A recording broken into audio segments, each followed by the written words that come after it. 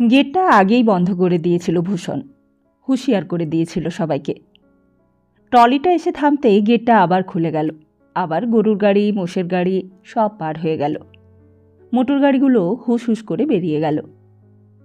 ভূষণ সোজা গিয়ে সাহেবের পায়ের খোয়ের ওপর ঢিপ করে একটা প্রণাম করলে।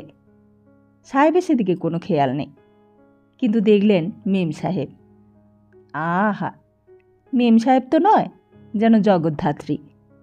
যেমন রূপ তেমন গড়ন, আর তেমনি চেহারা। ওই শুধু সিগারেটটা না খেলে যেন বেশি মানাতো। কিন্তু নেশা করেছেন, এখন আর উপায় কি। তবু মেম সাহেবকে যেন মা বলে ডাকতে ইচ্ছে করছিল।